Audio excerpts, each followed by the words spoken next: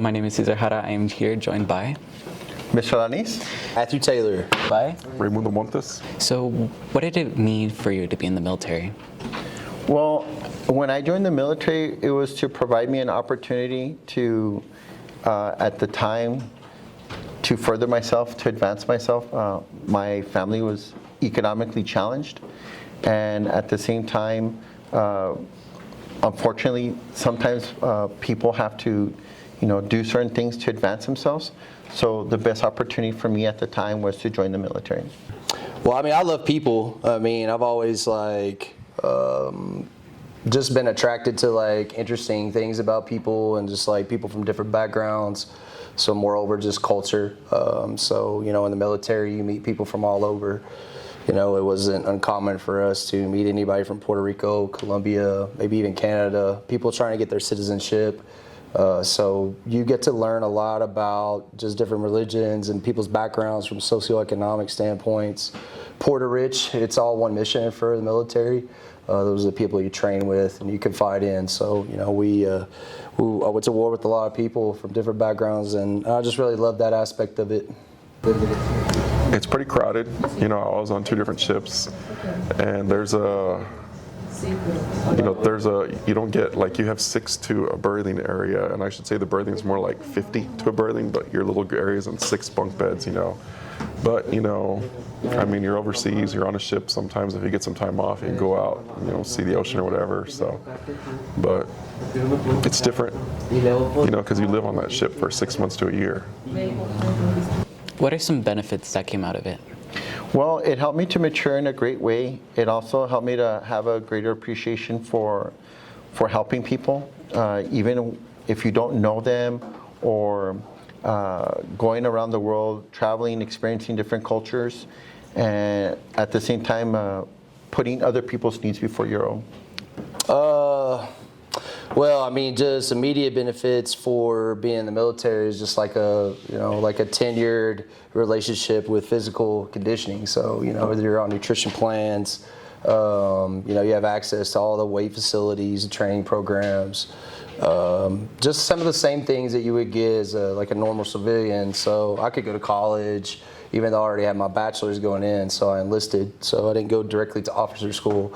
I went to the NCO, but I had access to everything a civilian would. I was just basically on schedule. That's really the difference, is you're on a mandated schedule per whatever the Department of Defense puts out for your MOS. Oh, well, it helped change me a little bit. So, before I joined the Navy, I went to college and didn't do very good. So I grew up a little bit in the Navy. And it helped pay for my bachelor's and master's degree. So, What was the biggest challenge that you saw? The biggest challenge was seeing war. That's not a very pleasant thing to go through.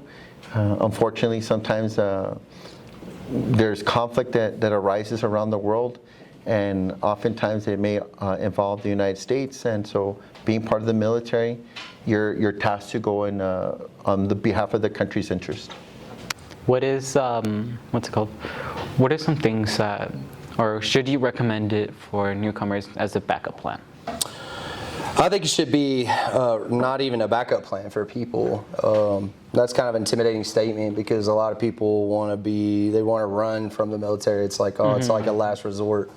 Military should be like something that everybody has in their plan, because the benefits are lifelong. And for me, take me for example, I went in with the intentions of serving my whole life. I got hurt. Unfortunately, I couldn't serve the position that I was trained for, and so I elected to get out. But I did re-enlist while I was in combat. But moreover, before you get in, you meet with recruiters and kind of the systems. They kind of break down everything. But the best people to talk to are actually people like me, people that aren't recruiting, people that are not trying to meet numbers, because it is kind of like moving students per se, to achieve a goal. But if you talk with veterans, they'll talk to you about the benefits, like the GI Bill. So my children can go to school for free, even though they don't directly serve. My education has been paid for. I have 2 master's degrees. I can still get a doctorate up until like 2028 and still pass that stuff, and I won't pay a dime. And in fact, they'll even pay me per month based on, the local living wages per salary, based on the, field of interest that you wanted to be in. So if I wanted to pursue teaching, based on salaries about 60,000 maybe, and so they'll pay you something relative to that per month while you're learning, and plus you get all the medical benefits for free, vaccines, you get access to all the resources that you need to survive. I mean, they really take care of you, whether you are a lifer or you're just someone who just wants to do 2 or 3 years. Now, there is some stereotypes in the Marine Corps, such as people eating crayons. I know that's not true. Hey, bread's my favorite. Go ahead. But what do you think is the best thing that came out of the military? Well, for me, it actually gave me the discipline that I was needing at the time. It gave me a sense of purpose, and it actually helped me to advance to what I later on went on to. While I was in the military, I was recruited by a government agency, and I went on to serve as a federal agent for many years.